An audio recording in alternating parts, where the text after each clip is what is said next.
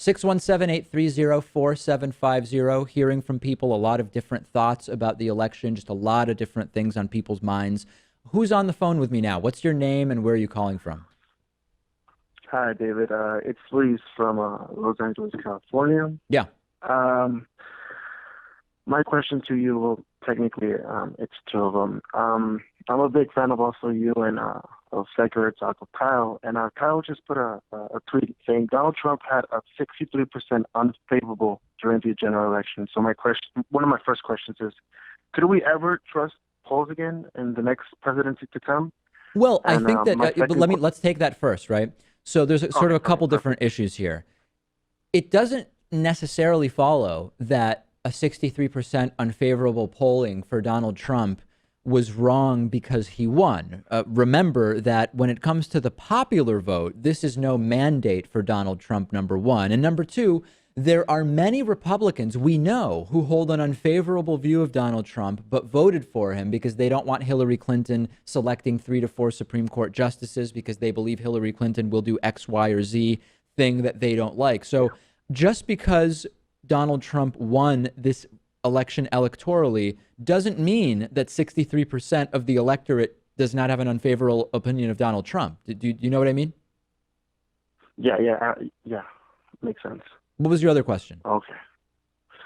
My other question is, for me, as being, I'm currently a green card holder. I'm a resident, so I'm doing it technically the right way. This is what Trump wants. He wants more people like me to come into the country legally. Right, and you're working here legally, I'm sure, right? Exactly. Yeah, yes. not like his wife, who was here and working illegally. Yeah, go ahead. Exactly. Yep. So, so obviously, I have some suspicion. Hopefully, I'm already. I've been a resident for 5 years, and I'm about to apply for my citizenship. Hopefully, like any month from now, hopefully get my papers in. Yeah. But as I mentioned, currently living in LA, I'm obviously very worried for many of the illegal immigrants working right here today. Yep.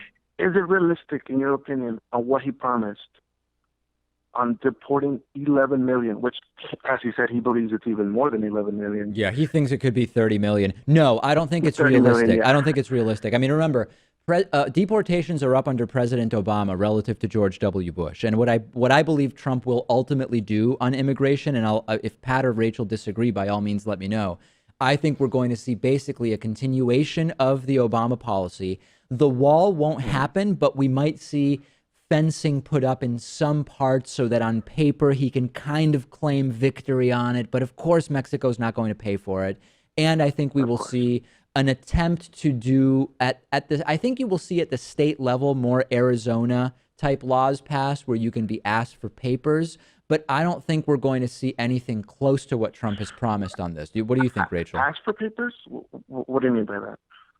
Well, so in a lot of states, you can't, in a normal interaction with police can't also inquire about your immigration status. And I think you could see it at the state level, laws change so that police, even if it's just, a traffic stop, for example, they could demand proof of citizenship. And I think you could see some of those at the state level. What do you think? I also kind of think he's going to take more of a hard line into preventing more immigration as opposed to focusing on deportation, even though that's what he said.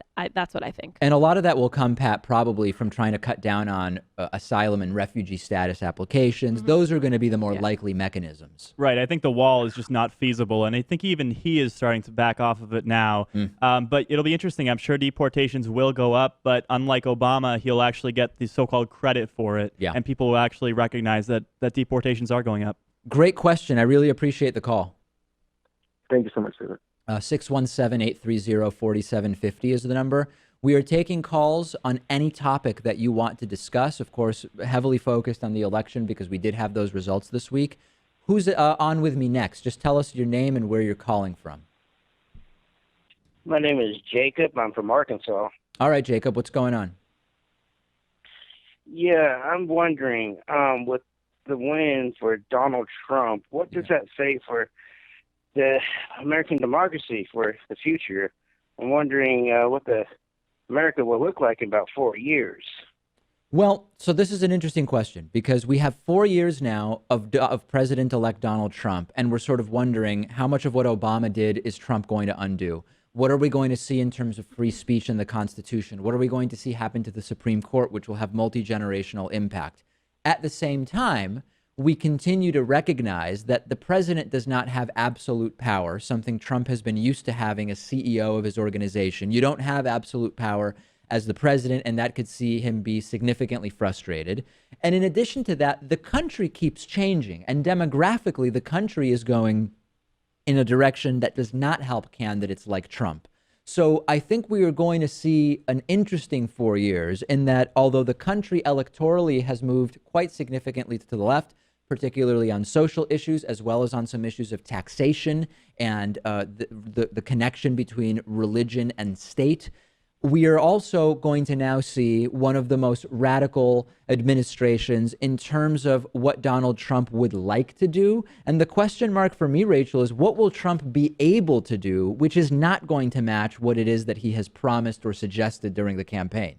Well, I'm really not sure. I feel like he's going to default a lot to Mike Pence, who is a lot more traditionally conservative than he is. And I think far more dangerous. Oh, and far more dangerous. And I think that that's something interesting to remember is that Trump wasn't necessarily driven by a far right ideology. He was kind of on the bizarre outskirts of that. So I think a lot of it is going to be left up to Mike Pence. The scariest thing to me, Pat, and we're going to be doing a special on the alt-right that segment producer Noah Ferguson has been working on with me, is the emboldening of certain elements of society. And I am, as I've said before, as concerned about that, Jacob, as I am about the actual Trump policies. Are you worried about that, Pat? Right. It's going to legitimize the whole alt-right movement in this country. I would agree with Rachel. I think for the most part, he's going to delegate out responsibility. We say he doesn't have absolute power, but he's going to have both houses of Congress and the Supreme Court on his side. So that's pretty much as close as you can get.